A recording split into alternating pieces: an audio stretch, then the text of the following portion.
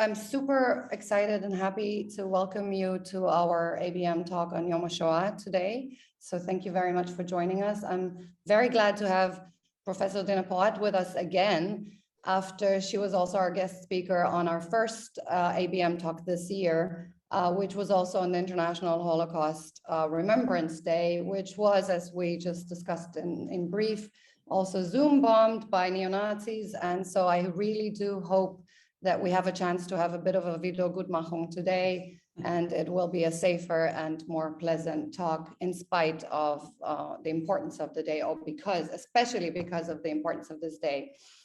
And we did make an effort to protect our Zoom conversation since we've been bombed, so let's hope. I would also like to apologize on behalf of Professor Thilo Maraun, who cannot join us today due to prior engagements in Berlin.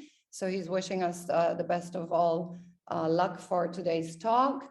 And as most of our regular visitors and listeners may know by now, my name is Ruth Paz, and together with Thilo Maraun, I'm leading a DFG finance team dedicated to a project entitled Seeing Anti-Semitism Through Law. So this is the SATL project that we have.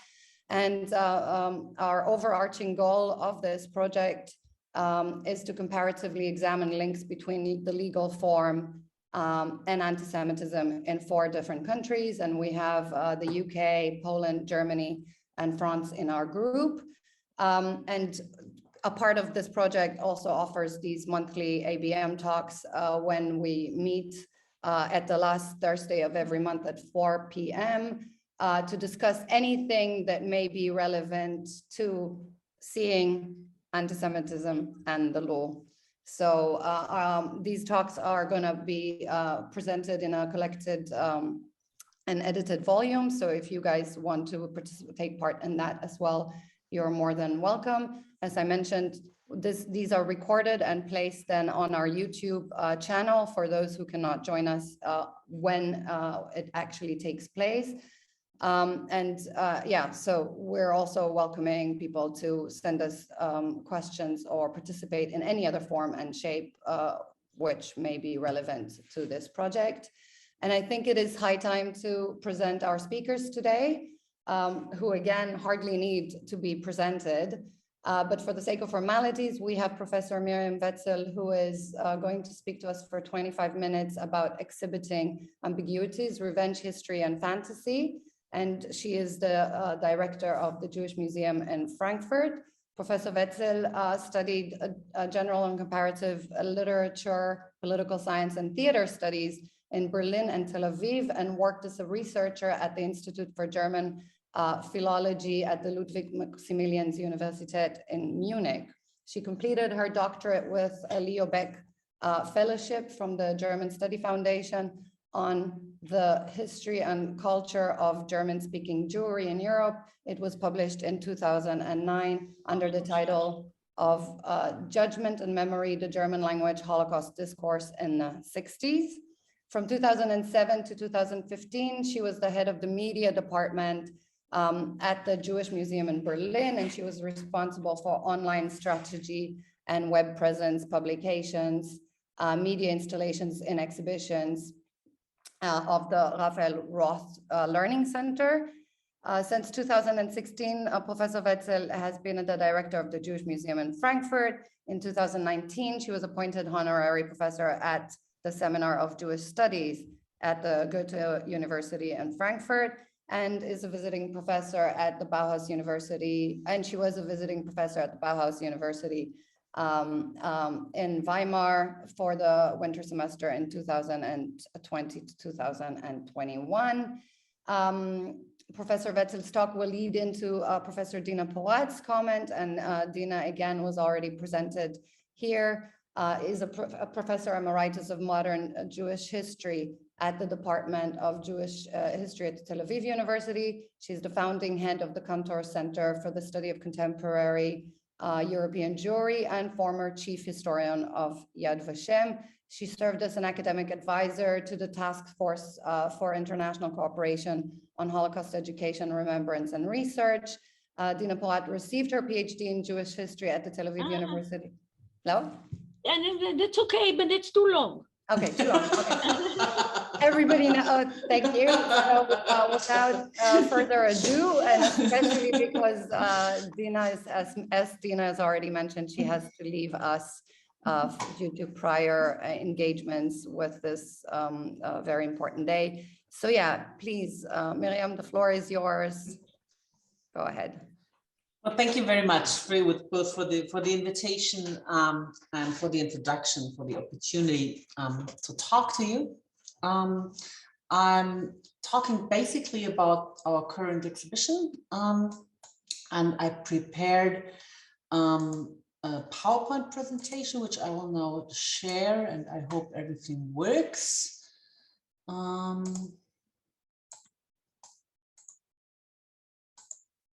Okay, can you see it? Okay, good. Well, exhibiting ambiguities. First of all, let's talk about ambiguity.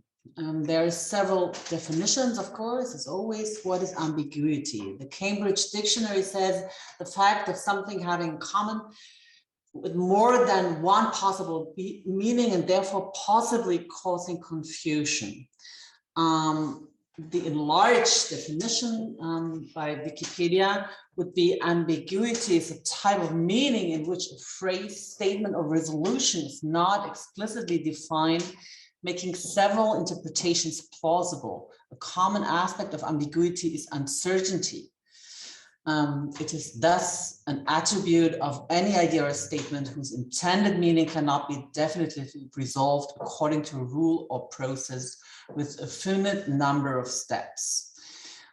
What you see here in the enlarged definition by Wikipedia is that it already takes the field of psychology into account, and this field is of course interesting for us because the exhibition we are doing is pretty much an exhibition about very strong emotion, and of course the most enlarged or the most decisive impact on the reflections of ambiguity stems from Sigmund Freud. I'm trying to give a compact definition here. It is the persistent coexistence of conflicting memories and emotions vis-a-vis the same person or event. There is a difference between ambivalence and ambiguity. Ambiguity is something that is a lasting ambivalence, a persistent coexistence. And the term of ambiguity plays quite a crucial role today, at least for our educational work, because we think that we are living in a highly polarized society with intense conflict, not only here in Germany, all over Europe and in the US and in Israel. And therefore, the task of educational institutions, and museums are educational institutions, at the core is pretty much to offer a space of reflecting and talking about the ambiguous topics, and thereby encouraging self-reflection on these topics. So the term of Ambiguitätstoleranz, let's say you will find it in like a lot of, so to say, Leitbild definitions of institutions as ours, and it has, of course, a lot to do with anti-Semitism. In Jewish history, there are several topics which are strongly defined and shaped by anti-Semitic projections and stereotypes. And for Jewish museums to address those topics, not only as anti-Semitic topics, but as topics that also played a role within, let's say, Jewish perspectives through self-definitions or Jewish stories, is an ambiguous approach. I'd like to give you some examples. one example is Jews and money. Of course, Jews and money is a strongly anti-Semitic topic. Jews are always perceived as having money, as being rich. Nevertheless, of course, there is, because of history, because of that Jews were money lenders for a long time, are not allowed to do other possession. There is a story to this stereotype. The Jewish Museum Frankfurt has done an exhibition on this topic called Jews and Money, eine Vorstellung in 2013. And as you can see on the poster here, the initial figure with Shylock from the Shakespeare play, which, by the way, there is a famous monologue of Shylock where he is talking about revenge, and we decided not to go into the Shylock monologue this time in our exhibition, but we can talk about later on why.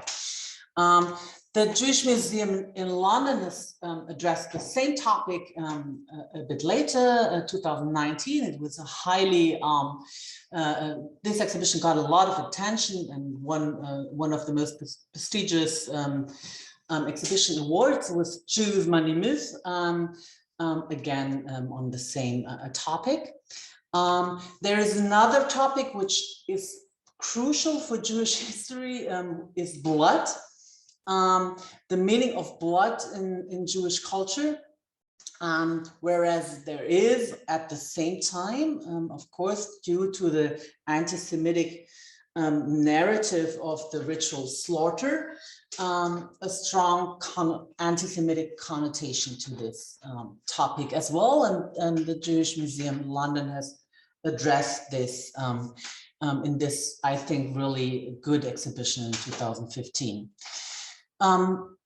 The topic of revenge is as ambiguous as the other two, maybe even more, and it's never been addressed in an exhibition. And we were wondering because, well, due to the work of Dina Porat, but also of the philosopher Fabian Bernard, who's recently published a book on revenge in social anthropology, and of other historians, it's obviously a topic in Jewish cultural history, and also once you look into testimonies of the Shoah. So we were really wondering why has this topic never been addressed in an exhibition as the others, and I assume that it has to do because the ambiguities that relate to feelings that have to do with these topics are simply too strong. So we took on the task to do this exhibition.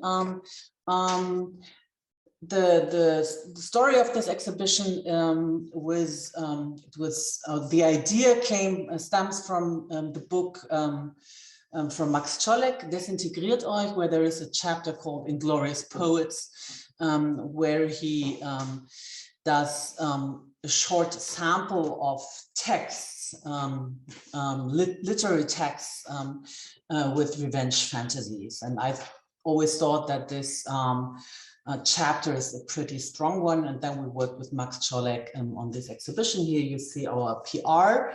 And I would like to show you the short movie.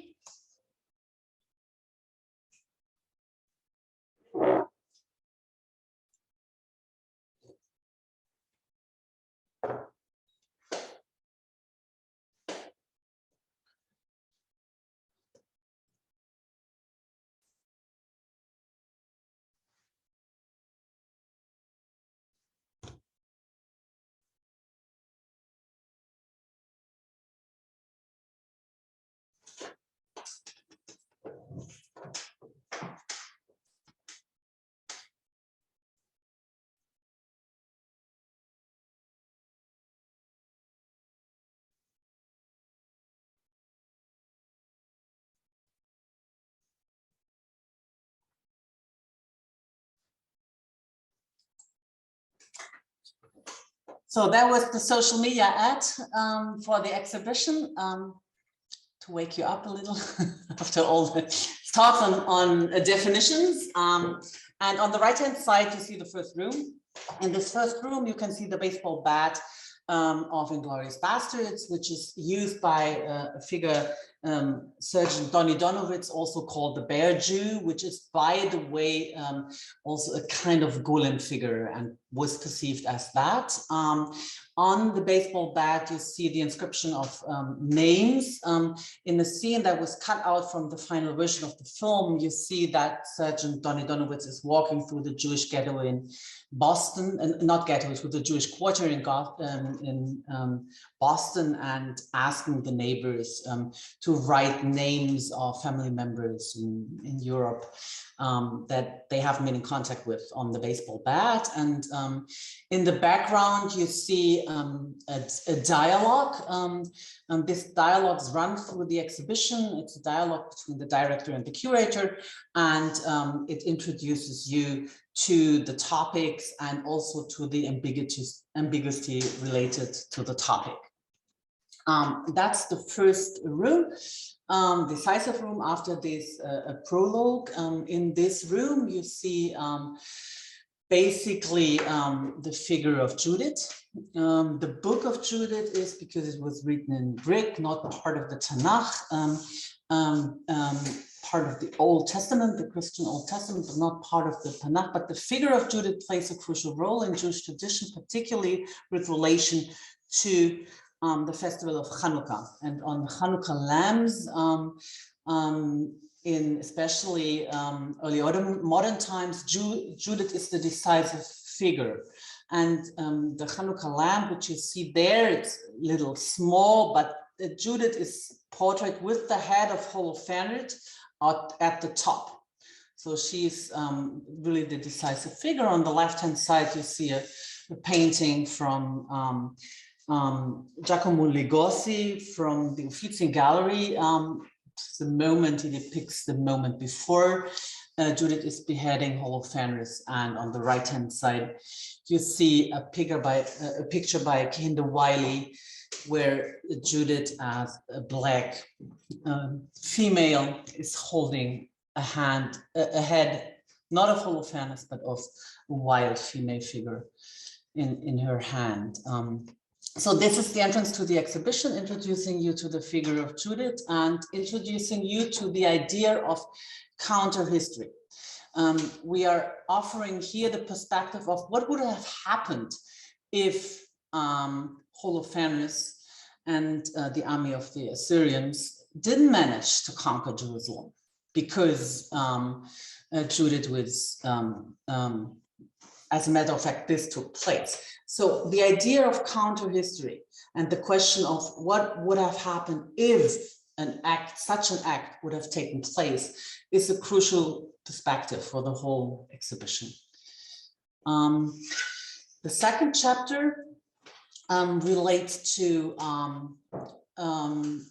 the topic of revenge in Jewish tradition and in traditional writings in medieval and early modern times. The exhibition was opened on Purim and this, the story of the Esther scroll, of course, is a story of revenge, one might say, because when Esther tells Achashverosh that she's not only Jewish, but that she asked him to prevent the planned pogrom against the Jews in Persia, he turns the whole pogrom into an act of, one might say, revenge against all those who planned it, Haman, his family, and all the others. That's part of the story of the Esther scroll. And you see here a Rache, which can be used so that one doesn't hear the name of Haman when it's being read from the Esther scroll. And you see very explicitly the hanging of Haman right in the middle. On the right-hand side, you see the whole, or part of the arrangement in this chapter. There are several stations which are crucial for this chapter. One is the station in the middle, fake news. What we are addressing here is the myth of ritual slaughter.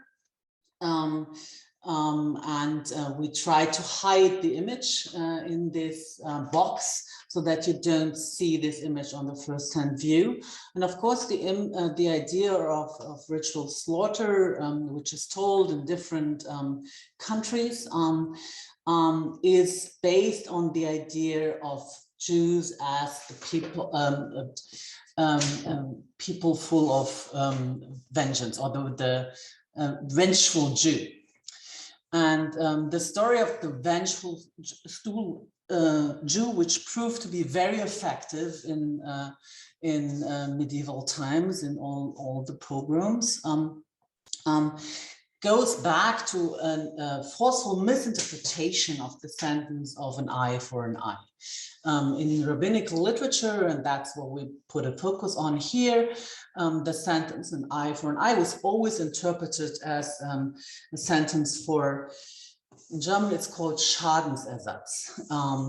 I now need the term in English. I don't really know, because you are all jurists, I want to use the correct term. What is Schadensersatz in English?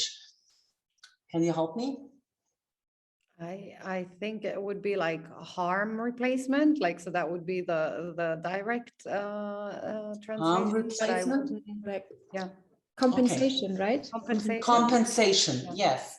Well, the discussion, rabbinical discussion is really, of course, is about the value of an eye. What is the value of an eye in the process of dealing with violence? That is the discussion. So there is a notion of the idea of, first of all, justice. How can justice be done when an eye is forcefully, taken off? What is the right form of the value of compensation one has to pay? And that's the discussion. And in Christian tradition, this discussion is totally forcefully misinterpreted, and the sentence becomes symbolic for the idea of Jews as the vengeful people. And so this is a part of the books we are showing here are rabbinical books, Talmud and other books interpreting this sentence. Another important legend actually stems from medieval time. It's the legend of the purple dress of God. That's also written in a lot of texts. There is the idea that once God, who says in the Torah, vengeance is mine, once his dress, his purple dress, will be full of blood by murdered booth, he will take vengeance on behalf of his people. And so this image of the purple dress is described in a lot of texts, and we try to translate it in an artistic form. And you see here in the background the artistic work Love Me, Love Me Not, which is blood in milk. And so that's how we try to address the question of blood in this context. That's the second chapter of the exhibition, probably the most difficult one. The next one is deals with Jewish legends, namely two legends, the Lilith and the Golem legend. Here is Lilith. And Lilith is a legend that stems from the regions. We are showing not only amulets that are meant to protect women after birth from Lilith and their newborn sons, but also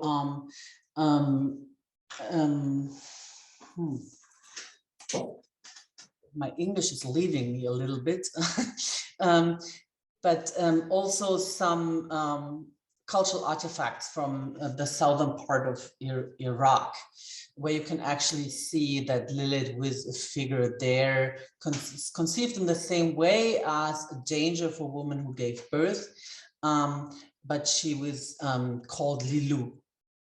And here you see on the right-hand side, you see an installation, an art installation where the amulet that we hold in our collection is being transformed into a singing form or is being sung by an Israeli performer called, just a second, Victoria Hanna. So here's the second legend. It's the more known one. And I forgot. The figure of Lilith in the second woman movement becomes something else. She becomes an identificatory figure. Lilith is being perceived as the woman who doesn't want to obey, and therefore as an identificatory figure for feminism. And we showed this with several, on the one hand, magazines, and on the other hand, comics. Comics do play a crucial role for the whole exhibition because it pretty much stems from the imaginary and of popular culture. At the same chapter, we are addressing the figure of Golem. Golem, who the legend of Golem transforms from the 30s on as a figure who is fighting against the neo-Nazis and becomes more and more explicit also as an avenger against the Nazis, particularly in comics, superhero comics from the US. In the front, you see the work by Shoshana Brombacher called The Golem, and in Charlottesville, where Golem is a figure she introduces into the whole as a avenger against what happened in Charlottesville. Another chapter is called Outlaws, and in this chapter we are referring to the story of the Kosher Nostra fighting against the German Bund, the German-American Bund, which became pretty influential in the US in the 30s, and actually the Kosher Nostra was asked by official Jewish representatives to help in the fight against the German Bund because there were no legal means to prevent the rise, let's say, the rise of actually a Nazi party in the US. And the Minutemen, also a Jewish organization that was pretty much encouraged boxing, was also asked and involved in this fight. On the other side of this chapter, we are addressing stories that there is not so many artifacts anymore. One story is the story of Jewish pirates. There is artifacts where you see that there's been Jewish pirates in the Caribbean from with Sephardic background, and basically capturing Spanish ships. So you may construct a story out of this, but where we have much more things to show is stories of Jewish robbery. Jewish robbery in early modern times, particularly in this region. There's been quite a few Jewish robberies due to the fact that Jews were excluded from a lot of communities, not able to settle, not able to do a lot of jobs. So they organized themselves in other forms. And here we show different, on the one hand, documents from the trials, and on the other hand, again, a comic portraying Abraham Picard, one of the most known robbers. And what you see up there is that at the same time, this is a part that is meant to be a little more, light. And so you are encouraged to photograph yourself, either as a robber or as part of the Kosher Nostra, and arrange the background that way. At the core of the exhibition is, and that's also where the whole exhibition art architecture leads to, is this part. It's called Nakam, and so it's on acts of revenge that took place or that were meant to take place against Nazis. We start with the story of David Frankfurter, who shot Wilhelm Gustloff in 1936 in Davos. Wilhelm Gustloff was the head of the National Socialist Organization in Switzerland. And then we come to Herschel Grienspan, who shot Ernst vom Rath in November 38, and his motivation, and that's our motivation here, was what was called the Porat Aktion, because he had Polish background. His family was deported to Poland as part of the Poland Aktion, and in German history education, this is the story that is usually not told. What is told is what the Nazis did out of this murder, and so we try to intervene a little bit here into the common perception on Herschel Grienspan. Here, what you see on the right-hand side in the middle is the Jewish brigades, in the British Army. We are showing several posters and personal belongings of brigade, and also a testimony of one member of the Jewish brigade, Chaim Miller, who is telling that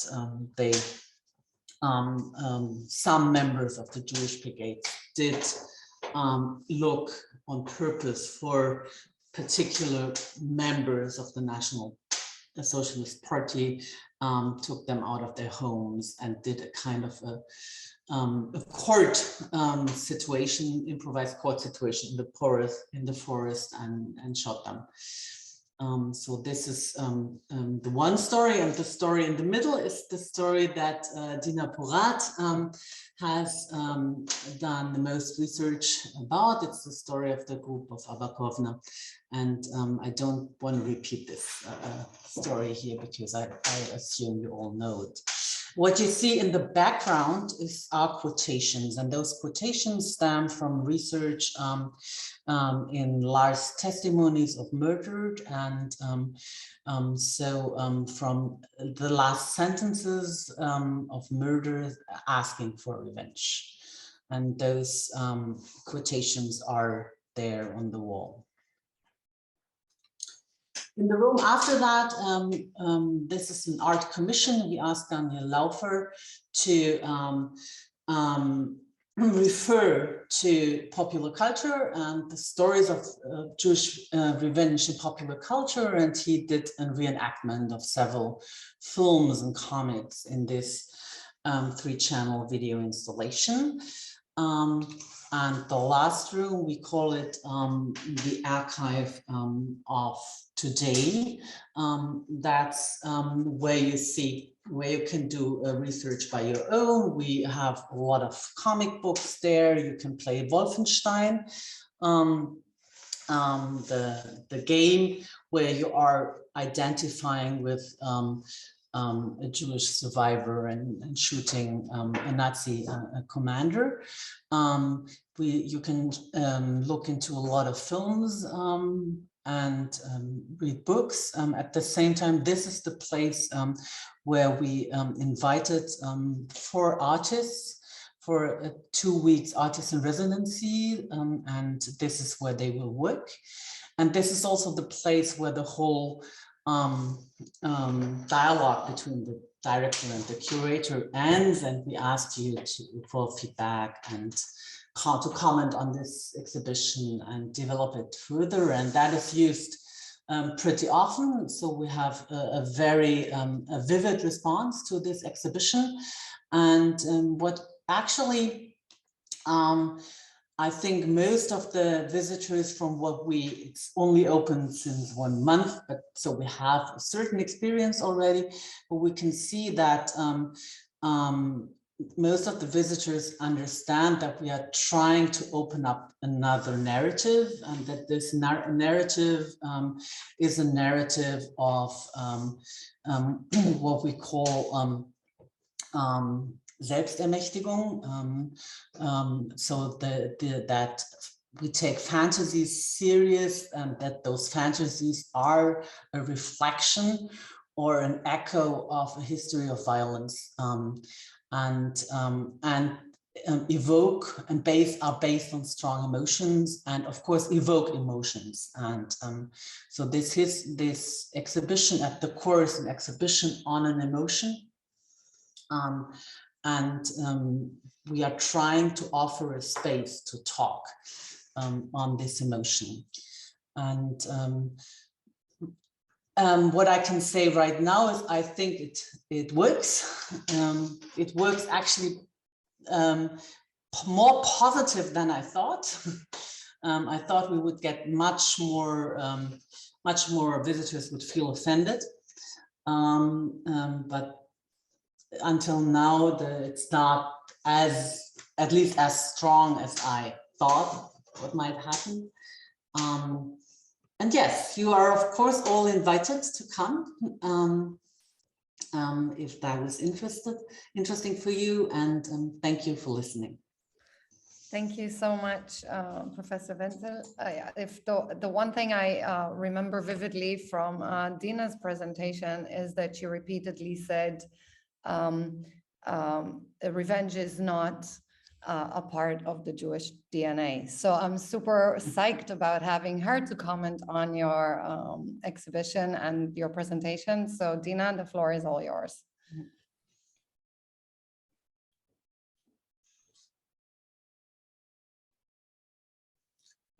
Dina, can you open your mic? You're still muted. You're still muted? Okay. Yes. Okay, fine. Can you hear me? Yeah. Oh, okay. So hi everyone again. Thank you very much, Miriam. Of course, I haven't visited the exhibition. I'll do so on Sunday. But what you showed us gave us a vivid picture and the sense of what is going on there. I would like to offer a number of comments. I would start by saying that I would like to follow what Reut started with, and this is that revenge, according to many thinkers, to the general feeling that I noticed when I started my work, is that revenge is not part of Jewish culture. It's not part of Jewish scripts. It's not and I'll give a number of examples. If you take the Bible concordantia, the counting of words, you have the word revenge and related Nakam and Nakama in the Bible some 80 times, 80. While the counter words chesed or rachamim, which are grace and compassion, empathy, are mentioned 240. To those who think that this that revenge is really not part of Jewish DNA, this is a proof that the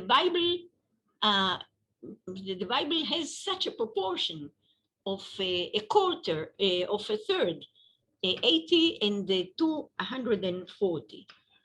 Moreover, if you take the Hebrew Encyclopedia Ivrit, which is an excellent one, and the chief editor used to be the philosopher Yeshayahu Leibovich. Now they are renewing it with Asa Kasher as the editor-in-chief, but then in the beginning, it began in the 1950s already, it was Yeshayahu Leibovich, and he wrote an item on revenge. Now, Miriam, I'm not sure but you can read Hebrew, I understand, because you in Reut's introduction to your bio, it said that you did study in Israel. So I urge you to read this item in the Hebrew Encyclopedia written by Yeshayahu Leibovich himself, where he takes a whole long look at the Bible,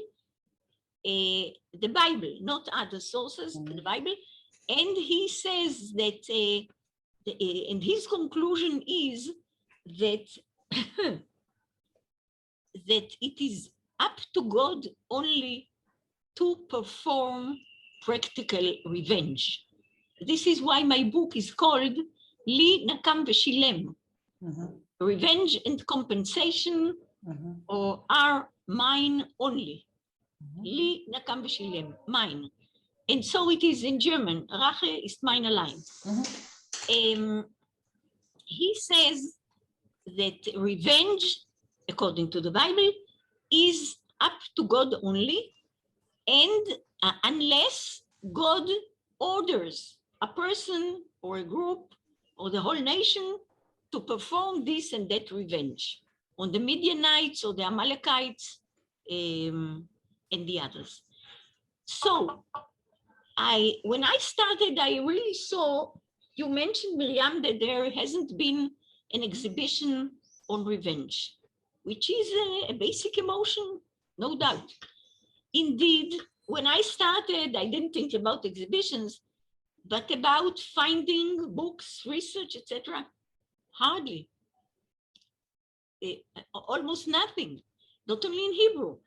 I looked in French, I looked in Spanish, in English, the languages I can manage, and there are very few. In English, I found 2 books, 30 years apart from one another, where there is a full picture of revenge being taken, not just Jewish one, in literature, in poetry, in history, and etc., etc. So what I think is, and the number of survivors wrote it as well, and I have read them, of course, that revenge is a basic emotion, no doubt. Okay, whatever is done to you, you would like to hit back. But it is perceived as an emotion that leads you to act out of civilization. Civilization is taking a person to trial and punishing him according to what a judge says. This is society. Society and civilization are based on law and are based on framework, not on taking the law into your hands and performing revenge, which is judging and punishing by the same person. That it is, as we say in Yiddish, es passt sich nicht. It's not appropriate. I cannot have a better, you know that Yiddish is hardly translatable. It's not appropriate. It's something that you don't do revenge.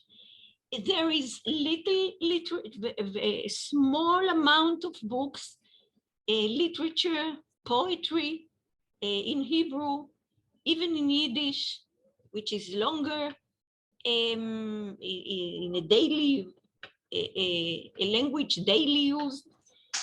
there is little, because it is supposed to be a non-appropriate emotion. And I think this is really, really basic. This is one of the matters that intrigued me into researching it, because if others didn't, perhaps I will try my luck and start looking into a field where not many, as Robert Frost says, not many have tread on this path. Along that, I would like to say that I was struck a bit by your choices in the exhibition, because some of them don't seem to be outright revenge. For instance, Jiddische Piraten, Jewish pirates. Who are they revenging against? Or a Jewish robbery. They were pushed to, both the pirates and the robbers and others were pushed to these occupations, if we can call them occupations, because they couldn't manage otherwise, okay? And there are Jewish criminals and whatever, but it should be put in proportion. There is a very small number of pirates and robbers and criminals, etc. And I'm not sure, perhaps I don't understand. I'm not sure this is revenge. Against what are they revenging? We are a small nation that has lived a long and painful history, and revenge is there in the prayers and in expressions of emotions, especially in prayers, in appeals to God, but it has not been materialized. We were too weak along history to materialize revenge, certainly not nationally or group-wise. Here and there is personally okay, but revenge is a full-scale action. It didn't take place along Jewish history. We were too weak. We didn't have the means. We wanted to. The desire was there. The prayers are full, but not actuality, not in reality. Yeah. Which brings me to is a continuation of the same line, the same points I pointed out, to testimonies of Jews who were murdered during the Holocaust. I think, Miriam, you mentioned it towards the end, testimonies and last letters in which they are asking for revenge, and they are. We have many. We have a book in Yad Vashem called Last Letters, and it includes letters that were thrown out of trains, letters and pieces of paper that were given to those who jumped off the trains, etc. In these testimonies, in these last letters, there is a call for revenge. No doubt, there is a call for revenge. But it is also, wherever I have read a number of hundreds of Holocaust survivors' memoirs. They all end with the revenge and ta-ta-ta. But in real life, the survivors decided, not formally. There was never a formal meeting in the DP camps regarding this issue. Even not that, not a formal meeting. But they decided intuitively or spontaneously not to take revenge, saying more or less by that it is not a Jewish way, and it is not a way that will give you any satisfaction. And today, when I meet the same survivors who wrote these books, they are today in the late 80s and the 90s. What do they say? That the best and sweetest revenge is the state of Israel, is the new family that they built. It's having 20 people, family, around the Seder table or the Hanukkah table. This is the sweetest revenge. And I'll tell you an anecdote. Miriam, unless you promise, I'll say it, but you have to promise me that the people who will come on Sunday will be different people and will not hear it twice. Okay? Yeah. Germany was divided, as you know, all into 4 parts: the Soviet, the French, the English, the British, the American. In the French part, I found an eye testimony to this story. In the French part, a French officer is being posted, and he takes a car and looks around at what is around him. He's in a German village, and while driving around, he finds a DP camp, a camp of displaced persons, Jews who are survivors and are in a camp. And he looks at them and they Gewalt, how they look and how they are, and the clothing and the sickness and okay. The next day, he takes a few trucks, comes back to the camp and asks the survivors to mount the trucks and brings them to the village, makes them go off the trucks, and he makes them stand, the villagers, the German villagers, vis-a-vis the DP Jewish people. Okay. He takes quite a number of revolvers, gives it to the Jews, and says, kill them, kill the Germans. And they say, what do you mean? And he says, look at them and look at yourselves. They are fat and round and have lived here in peace all along the war, and look at you. Kill them and take the houses. I not only allow that, I command it. And they said, Asheinem Dankaich, thank you. We don't do such things. These are, first of all, these are people whom we have never seen. Those who killed us were Lithuanians and Slovaks and Hungarians and Ukrainians and Poles, etc. But they must have lived here all along the war, didn't do anything to us. And you know that most men were not there. German men were all enlisted or killed or wounded or in captivity, or children, women, elderly. They said, thank you very much. We don't do such things. And they mounted the trucks and went back. So there is, I think, indeed something to it that revenge is an emotion that is very much expressed. It's so basic. It is so human. People with a history like ours certainly has harbored such feelings, but they were not materialized. They were not materialized along the way, along history, and they were not materialized even after the Holocaust. The Yishuv, the Jewish community in the land of Israel, they were not survivors. They came to the land of Israel between 1933, 1938, 39, most of them, up until the beginning of the war. But they lost their families. They left Europe and they lost their families. They were alone, much as survivors were left alone.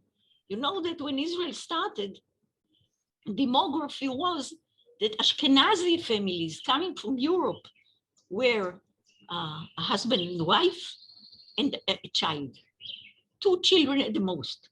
but there was no periphery, no grandchildren, no grandfathers, no aunts, no uncles, while the people who came from Muslim countries came normal people, normal families, 3 generations.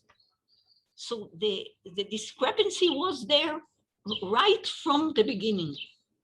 The Yishuv, most of the Yishuv lost its families.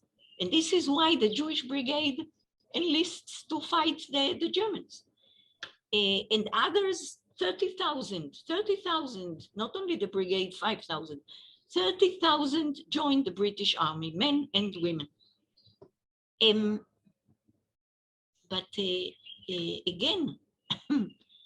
again, as we've said, they go, they fight, they managed to fight before the war was over, but out of the 5,000 of the brigade, only about 20, 30 performed revenge, not more than that, not more than that.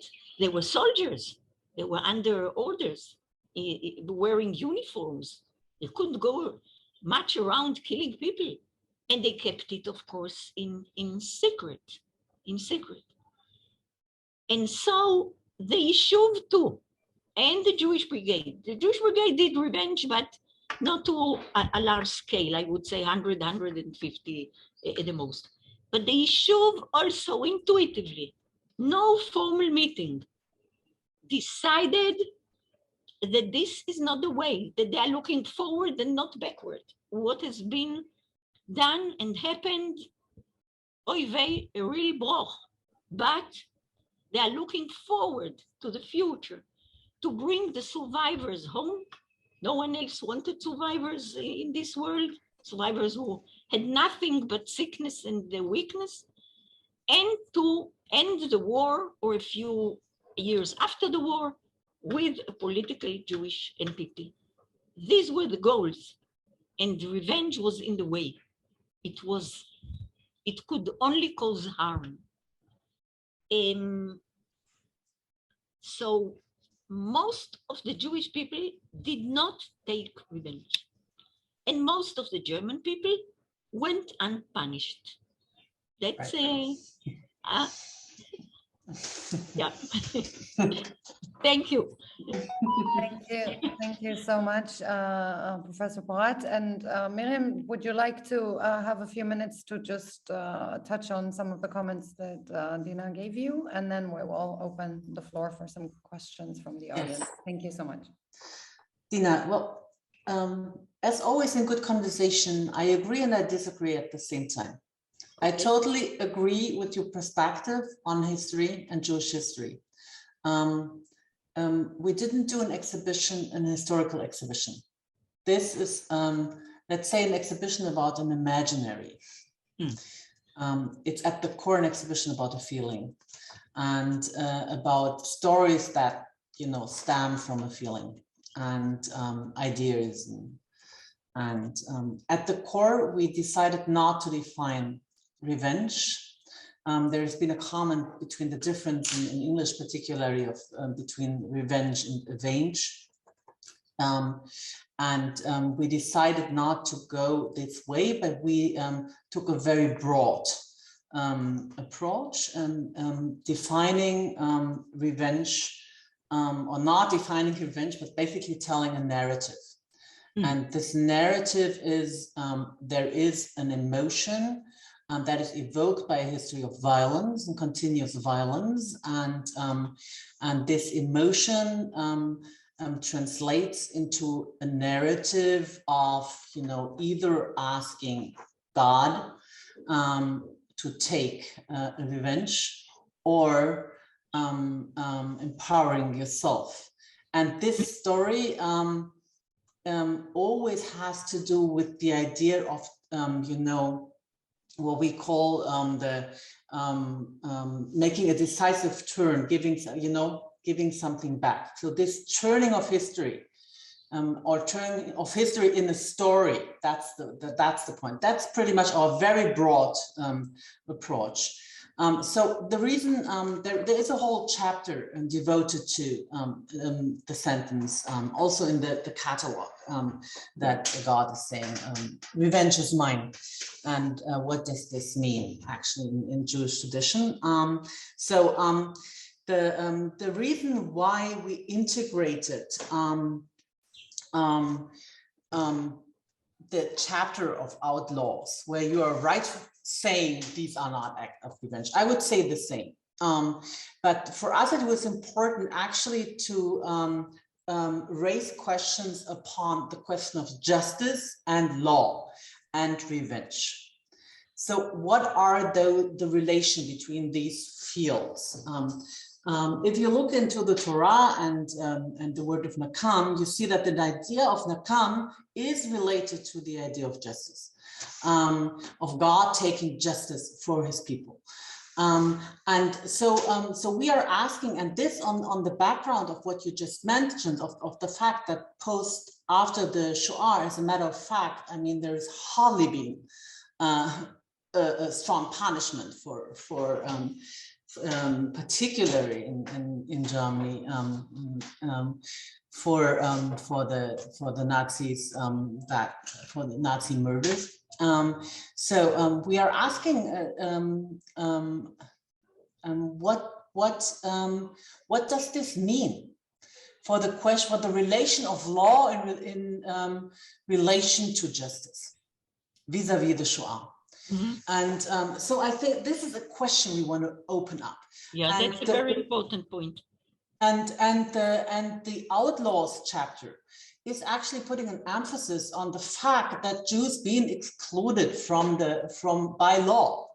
And that's part of the history of medieval times and early modern times in diaspora. Because they were not allowed to settle. They were expelled from Spain and Portugal, and they were not allowed to do certain jobs. So there has been an exclusion by law, and there's been forms of self-organizations beyond the law. That's why it's called Outlaws. And so this is this is a field and a question we wanted to open up. And I forgot to speak about that when I was introducing the exhibition. Yes, I totally agree with you. Jewish history is not a history of revenge, but Jewish history is a history of violence, and violence leads to fantasies and to stories, imaginary stories, and in these imaginary stories, revenge plays a role, or the idea of revenge, let's say that.